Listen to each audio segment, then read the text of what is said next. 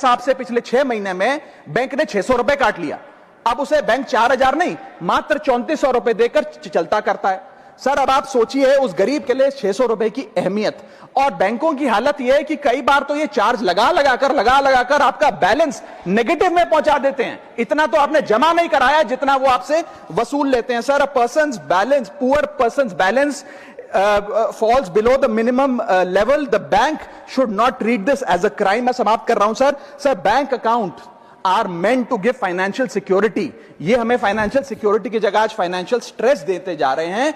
और एक banking system को हमने ऐसी व्यवस्था में तब्दील कर दिया है जिसमें पॉवर्टी को पनिश किया जाता है। मैं समाप्त कर रहा हूं, आधे मिनट में खत्म कर दूंगा sir. If we want more people to be a part of the banking system for financial inclusion, हमें स्मॉल सेविंग्स को प्रोटेक्ट करना होगा, ना कि पीनलाइज करना। आज देश में अर्बन बैंकों में, अर्बन ब्रांचेस में 5 से 10 हजार रुपए मिनिमम अकाउंट बैलेंस रखना पड़ता है। सेमी अर्बन में 3 से 4 हजार रुपए और रूरल ब्रांचेस में 1 से 3 हजार रुपए रखना पड़ता है, जिसके चलते बैंक 50 से 600 रुपए के बीच में पर मंथ चार्ज लगाते हैं। उस चार्ज पर भी 18% जीएसटी वसूलते हैं। अंत में मैं बस इतना ही कहना चाहूंगा सर कि आज बैंक गरीब आदमी को पीनलाइज कर ज्यादा मुनाफा और रेवेन्यू कमा रहे हैं, ना कि और किसी सर्विस से, जिसके चलते आज गरीब आदमी और गरीब हो रहा है। मैं अंत में बस सरकार को कहूंगा कि ये मिनिमम अकाउंट बैलेंस की पेनल्टी को वेव ऑफ करिए। हम किसानों के लोन जैसे माफ करते हैं, वैसे बैंक चार्जेस एमएबी के समाप्त किए जाएं इस देश में और गरीब को फाइनेंशियली इंक्लूड किया जाए।